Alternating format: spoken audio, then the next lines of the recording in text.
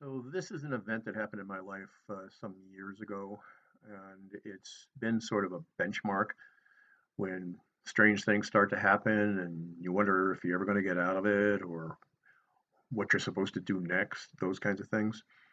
Um, the coronavirus is, one of those things right now. It's like, how are we going to get around this thing? How are we going to get over this thing? And this event sticks in my mind, and it's basically trained me on a way to live life when you're under stress. My wife and I had a dear friend who was a car importer. He would fly over to Europe and buy Mercedes and Jags and Rolls Royces on the gray market over there, and then import them into the United States. I couldn't go on the trip, but my wife had never been to Europe, so off they went. Um, One night, like 3 o'clock in the morning, the phone rings about 4 days into their adventure, and it's the U.S. Embassy. And I knew it was going to be the U.S. Embassy, and my only concern was, are they dead? And it turned out they weren't, but she was in really bad shape. It turned out that uh, went to, they were coming into Paris. They got in a fender bender kind of deal. He wanted to take the car to get it repaired, and she didn't have any interest in that. So he was kind enough to drop her at the Louvre Museum so that she could spend the day there while he was getting the car banged out. But she didn't show up back at the hotel on hours, hours into the night, hours. He called me, I can't find her. I don't know where she is. Um, and so it was like, what do you do with that? Well, it turns out that God provides all kinds of miracles, and uh, the uh, embassy was able to tell me that she was okay. Um, okay being a relative term, at least she was alive, and that I should just call the hospital. That they spoke English, and I could get her status then. So I called the hospital, and they didn't speak English. I found out later it was because the woman in social services who did speak English was on a 3-week vacation. But that's another part of the story.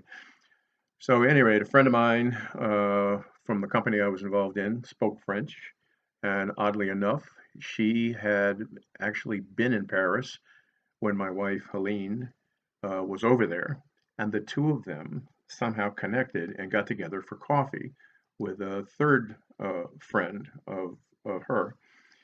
And so I called Kay and I said, "Hey, can you do me a favor? I need to call the hospital over there and find out what's going on."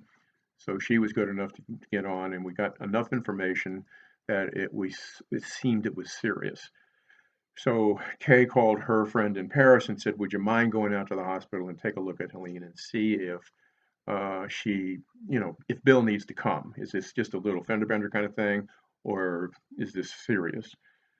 A couple hours later, she called back and she said, "He needs to come." Well, that presented a problem because I didn't have a passport. Never needed one. I was I was in the Navy and we went everywhere without passports. At least back then we did. So I started searching out what I had to do to get a passport. So I was able to call the passport people. I was able to call the town where I was born and got the two of them talking after some length, and the town agreed to get my birth certificate up to the passport place. Went in and got a photo taken. Uh, I was out of there the whole thing out of there in an hour and a half, and then I was on a plane to Paris that evening, overnight kind of deal. So flew all night, got there. Friends of mine in my industry were there. They picked me up, took me to the hospital, and you know, it was heartbreaking to see her. Her face was all messed up. Later on, reading the accident report, she'd been hit by a small plumber's truck, hurled into the air some 70 feet. And I don't know if she got thrown or whatever. She didn't seem to have any broken bones, but she was not really clear. She recognized me, and so that was good. But as time went on, it turns out she had a hematoma in her head, and it got worse and worse and worse. And the question was, are we going to have to operate to relieve the pressure in her brain? And the doctor fortunately said no. He didn't think it was. He thought it was going to resolve by itself. So now all of a sudden I'm tucked away in a French hotel. I can only. They had really strange rules back then. I don't know what they are, but I could only see her an hour a day, twice a day. So I would go from the hotel, spend an hour with her, get thrown out. I'd actually go into Paris on the metro and get a International Herald Tribune, and then go back out. And then when I could get to the hospital in the evening, I'd go see her again, and then I'd go home for dinner. Rinse and repeat, rinse and repeat. This went on for 3 weeks. And my friends back in the States and colleagues in the States were keeping me updated. This this was in the day where we were using teletypes to communicate, and it was sparse at best. Nevertheless, finally the doctor agreed that it was okay for her to go home. So my friend in the States arranged to get a stretcher service. Thank God British Airways was the only one that would offer stretcher services. What I had to do is I had to buy 3 seats, and her stretcher was on the inboard aisles, and then I could sit on the aisle and I could see her. And then, as we went on, we had to go through Heathrow and security there. That was fun. And then off we went. So she kind of was in and out and in and out and in and out, and never. I kept asking her, do you know where you are? She never knew where she was, and I would tell her the story about the accident and rinse and repeat, rinse and repeat, rinse and repeat, and it, kept going that way. So I, uh, at one point, she started crying, and so I opened the drapes, and then I kind of stood up, and I was looking over the railing, and I was looking down at her. And when I looked down at her and she saw that I was there, she calmed down. So, uh, but every time I sat down, she started crying again. So I stood up and I looked over the railing.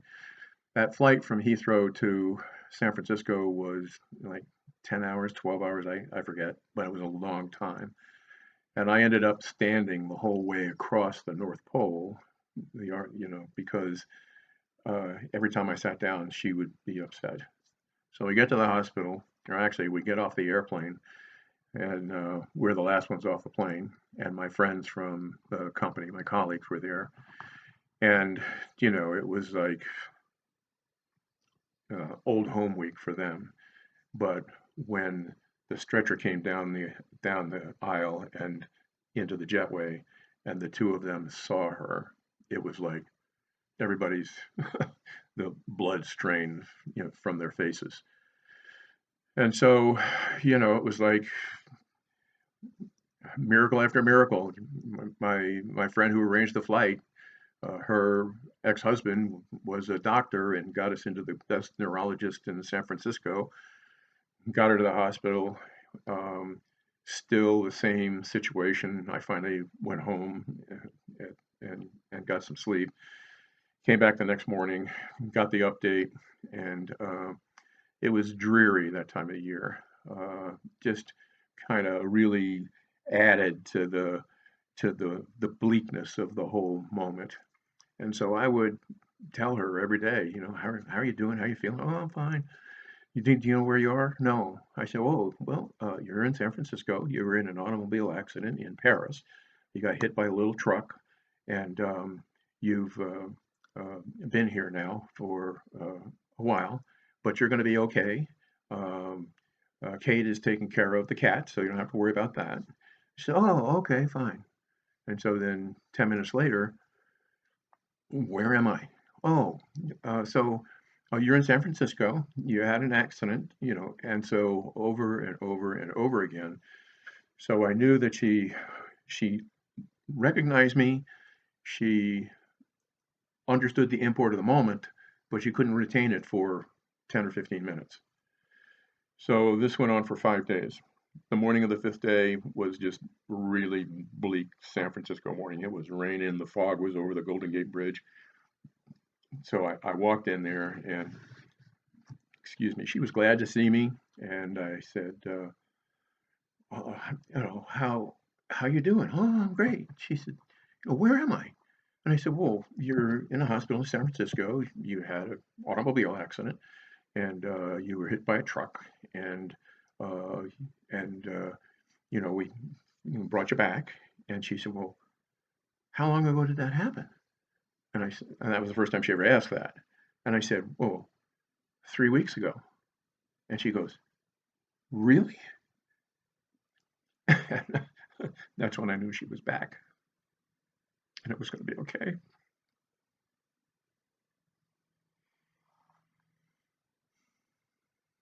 She finally got out of the hospital a couple days later, and we were able to do some follow-up work. It turns out that, in fact, she did have some broken bones. The X-rays over there didn't pick them up, and that was sort of funny. We went to the hospital to get her X-rays done. She came out of the X-ray room. And this was in the day when everybody traveled in, appropriate dress. So she came out of the the, the doctor out of the radiology room and said, "I can't believe it. This thing is broken." And she had her pantyhose in one hand and she foot shoe up in the other hand. So some of her inhibitions had dropped as a result of the accident. In any event, over time, the subdural hematoma that she had immediately after the accident, that mitigated. It was uh, finally to the point where it wasn't they weren't going to have to operate. Her awareness was coming back. It's been an issue of some memory issues over time here later in life, but that was an adventure she wasn't conscious of, but I was certainly conscious of it because it's like, how am I going to get her back home? How am I going to do this? How am I going to do that? What's what am I supposed to do with this? Are we going to have to operate?